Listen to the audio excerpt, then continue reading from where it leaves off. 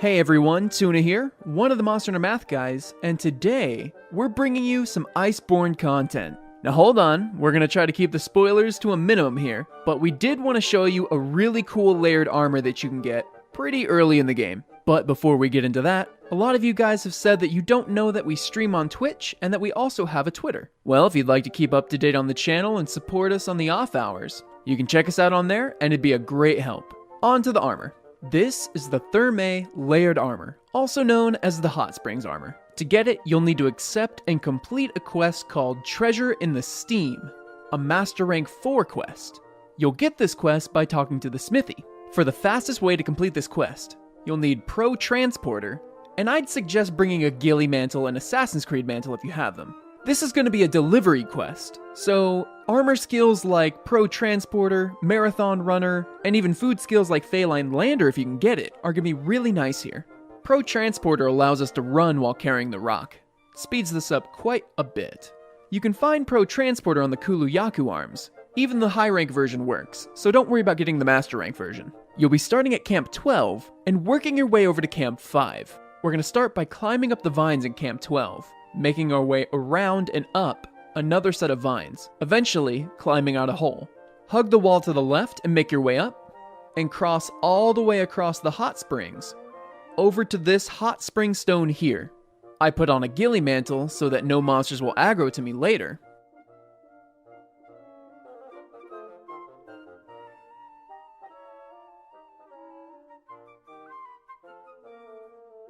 We make our way past the Boa Boa. They shouldn't be able to see you because of the Ghillie Mantle. And even if you don't have the Ghillie Mantle, you should still be able to outrun them thanks to the Pro Transporter. You'll climb up the vines in the back next to the door. They're kind of hidden, but just look to the right. Once you make it up here, drop off the rock in the supply box, and then repeat again. The other thing we'll need in addition to the tickets from this quest are prized pelts. Luckily, you can get those prized pelts from the same quest. Head back down to the southern camp, Camp 1, and head just outside for some popo. Here we'll have half a dozen or more popo lying around. Kill a few, and eventually you'll get your prize pelts. Once you've gathered all the materials you need, you'll head back to the smithy and craft your layered armor. And yes, this is an individual piece layered armor, so you can use each piece individually. My personal favorites are the waist and the headpiece. I think I'll get a lot of mileage out of those. Alright, that is all we got for this video, everyone. It is a very short video, but this is a deceivingly difficult quest to beat, and this is a very nice layered armor. Figuring out which camp to actually bring the hotstone back to is fairly challenging, because pretty much every single camp in the Hoarfrost region also has a crawl space to exit or enter, and you can't crawl when carrying a hotstone. So hopefully with this video you guys will know exactly how to get this sweet layered armor. Thank you as always for watching the video. And if this video did help you get this new layered armor, be sure to like the video and let us know in a comment below. It really does help. Thank you as always to Honey over at honeyhunterworld.com for creating and maintaining the tools we use to make our sets with. And don't forget to check out our Discord server, the Mathlos Nest, if you're looking for like-minded hunters to hunt with or just go have a sauna party with. And we do of course have our Twitter, as well as Tuna does stream almost every day on Twitch. Other than sharing this video, one of the best ways you can help support us completely for free is to just shoot us a follow on those two platforms. And of course none of this would be possible without the generosity of our patrons. Thank you guys so much, because we would not be here without you. Alright, that's all we have for this video, guys. Enjoy the new layered armor, and be sure to subscribe and hit the notification bell if you want to see all of our new Iceborne content the moment it goes out. Happy hunting, hunters. We'll see you guys on the next one. Bye!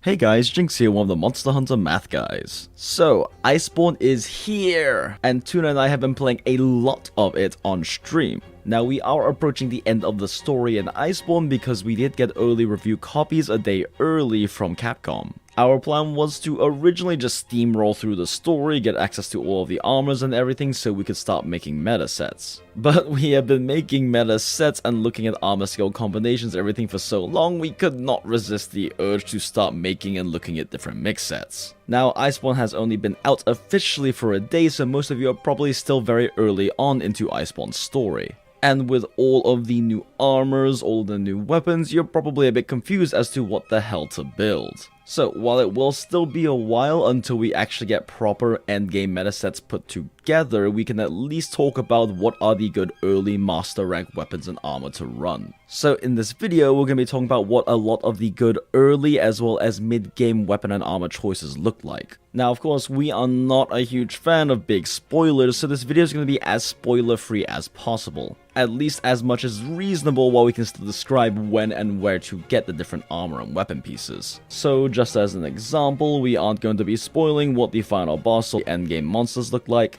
but we are going to mention what master rank star level quests certain monsters come from, because you need to farm them, of course, to get these armor pieces. But before we dive too deep into that, just a quick reminder, we do have a Twitter where we post updates about videos and things that interest us, and Tuna does have a Twitch where he streams almost every day.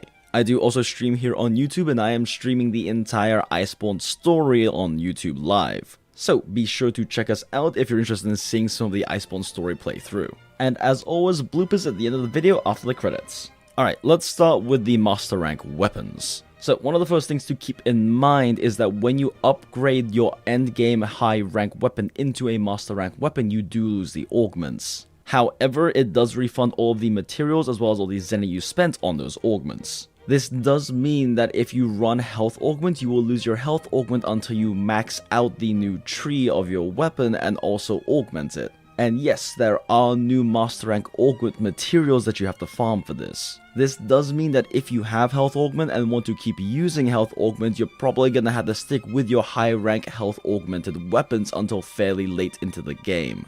Now, I know that in our previous video talking about the pre-Iceborne sets you want to use, we talked about using the Ruin version of your weapon. Now, it looks like the Styx version is better because not only do you get to have more sharpness, but it has significantly more blast. Blast now deals 300 damage per proc in master rank, so it's pretty nice to have higher blast attack.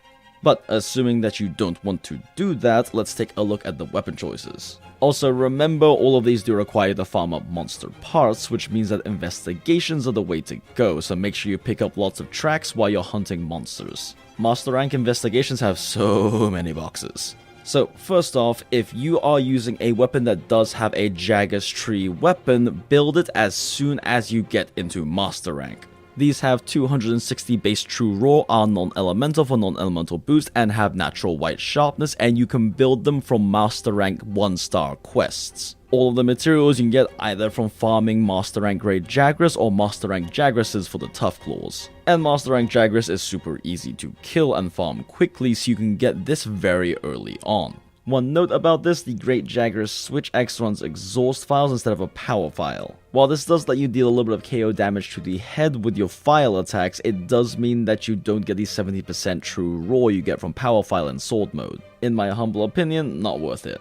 The next good option for weapons is going to be the Puke tree. So the Puke tree hits 240 base true raw while having a lot of poison. Not to mention some nice slots, which is really nice early and mid-game into master rank because all of the armor kind of have terrible skills. Oh, and it has natural purple sharpness. Not bad. Now, master rank poison deals a lot of damage, and it scales up to that higher damage immediately into master rank, while all of your actual other damage from your EFR does not scale until end game. This means while you're clearing through story, poison is a lot better relative to how it'll look in endgame, either in high rank or master rank. And on top of that, poison gets better the longer a fight goes on. And fights take a while in master rank because monsters have huge health pools, you don't deal that much damage yet, and you're having to learn entirely new monsters. So poison weapons are a very good choice for a lot of different weapons clearing through story. Now, the particularly nice thing about the Puke tree is you can max it out at master rank 2-star quests. All you have to do is farm some master rank Pukes as well as some master rank Rathians, easy peasy, done deal.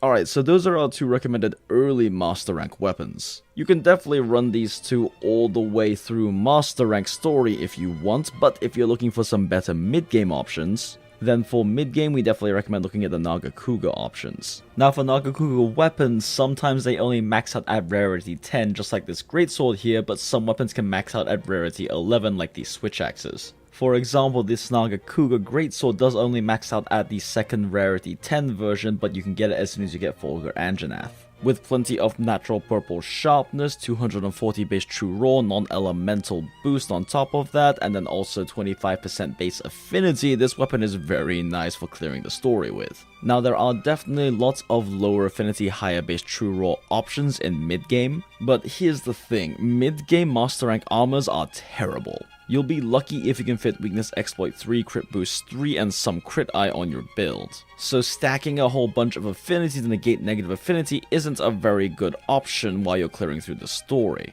But master rank armor almost always does have at least either a level 4 if not level 2 slot in it. This means you can at least fit in weakness exploit 3 and crit boost 3. Higher affinity weapons are just going to synergize with that better, and higher sharpness weapons means you don't have to slot in handicraft. Endgame will probably be looking more at using 0%, maybe negative 10% weapons for the meta options, but that's going to be endgame.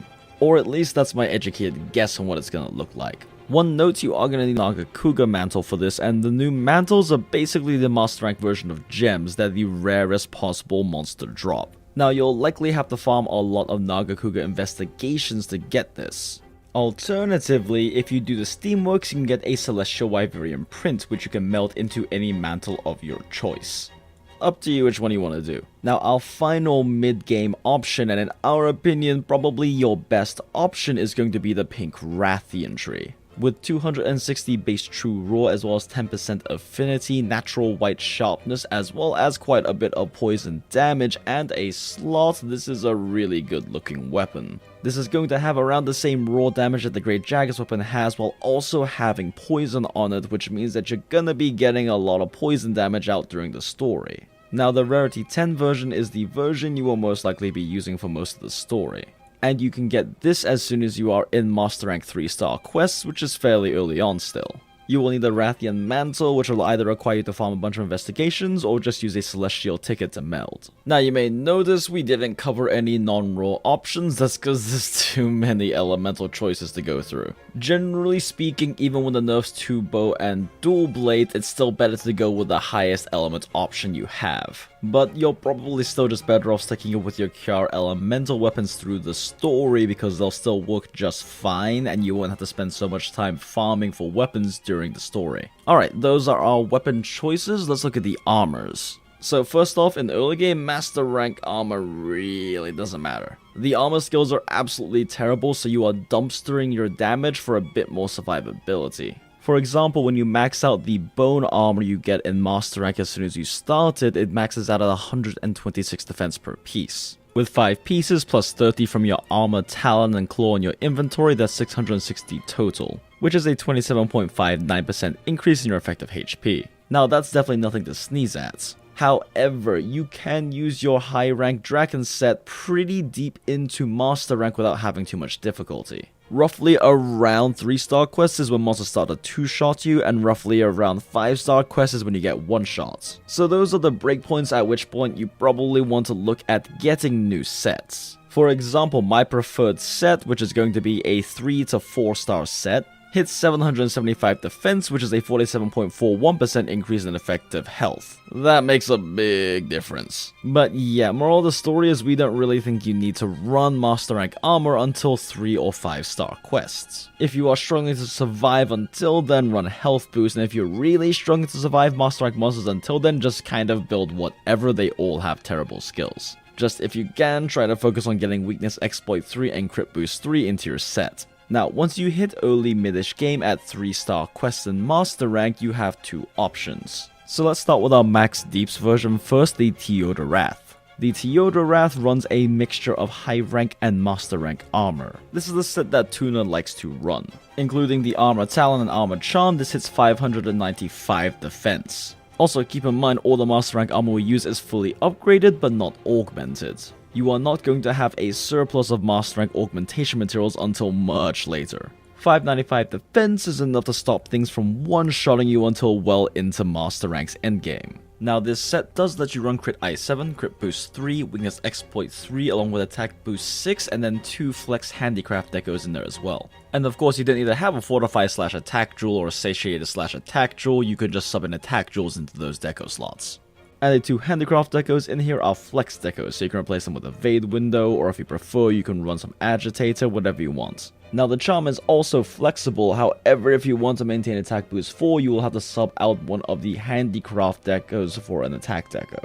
Now the direct upgrade to this set is running the Teostra Vambrace's beta from master rank in the arm slot instead. This gains you an extra level 4 slot, not shabby. This also ups your defense to 671 when fully upgraded. Now if you get really lucky with investigations from picking up tracks, it's actually possible to get Teostra's master rank armor as early as 4-star quests. However, if you don't get lucky, you're gonna have to wait until 5-star quests to get these arm pieces. Now at 671 defense, that's a 29.48% increase over your high rank armor, which is definitely plenty for clearing the story. Between crit I7, attack boost 7, as well as weakness exploit 3, as well as crit boost 3, and master's touch, this is basically an endgame high rank meta set with a nice amount of defense. And you can still switch out the handicraft decos for other things if you want to.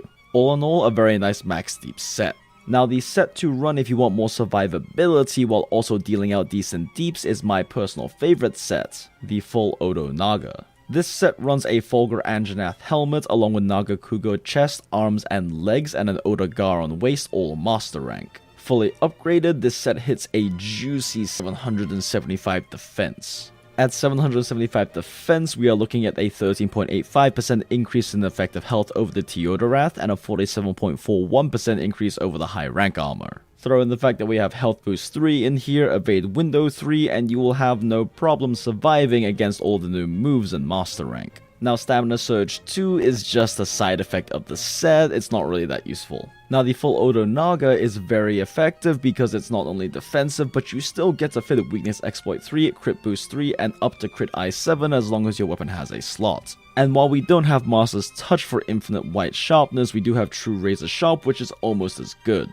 True Razor Sharp is the set bonus on the Naga Kuga armor. According to our friend Shepard, it is a 75% chance to not lose sharpness per hit instead of the normal 50% you get out of old Razor Sharp. Now mind you, this is RNG based, so sometimes you'll get 30 units of sharpness out of 10 units, sometimes you'll get 50, but on average you'll be hitting 40 units of sharpness per 10 units. Which is great because it means with around 20 units of either white or purple, you should have enough for a fight, or at least until a monster transitions and you need to sharpen. Now the charm is a flex charm, so I have health boost in here because it's comfy for clearing through the story, but you can run literally anything in there. Agitator, attack boost, handicraft, whatever you feel like. Now if you want to squeeze in some more damage and lose some of your utility, you can change the arms for the high rank Draken arms, as well as change the helmet to the Naga Kuga helmet to keep the True Razor sharp. This drops you 60 defense, which is quite a bit, but does let you squeeze in quite a bit more damage skills. As for building this armor, you can get all the Naga Kuga stuff farmed up as soon as you get to 3-star Master Rank quests. Now Fulgur Anjanath doesn't unlock until the 4-star quests. However, until then, you can use the Lumu Phantasm hood as a placeholder. This costs you a level 2 slot, but it is a placeholder. Alright, that about does it for our early and mid-game sets for Iceborne. Using these weapons and armor combinations, you should have everything you need to easily clear your way through the story of Iceborne. And yes, we will be releasing videos about the meta sets in endgame for Iceborne once we get those all figured out. Alright, that is everything we got for you guys on this video, so thank you so much for watching. If you learned something new and this video helped you clear through the story, be sure to let us know by liking the video and leaving a comment below. It really does help a lot. Thank you as always to Honey over at honeyhunterworld.com for creating and maintaining the tools we use to make sets with. Also a huge thank you to our friend Shepard. He did do testing on quite a few different things in Iceborne, including doing manual testing on the proc rate for True Razor Sharp. He is a phenomenal streamer who is well known for his full playthrough speedruns as well as just being good at pretty much every weapon in the game. So be sure to check him out, link to his Twitch in the description.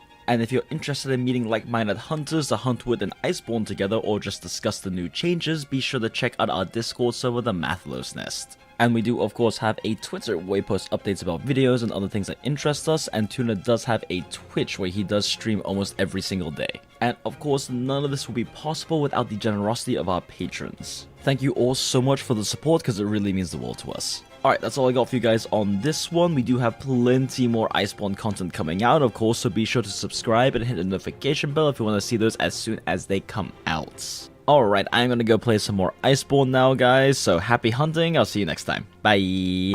He is a phenomenal steamer steamer? Gotta get those wrinkles out. I'd be better off just sticking with your cure.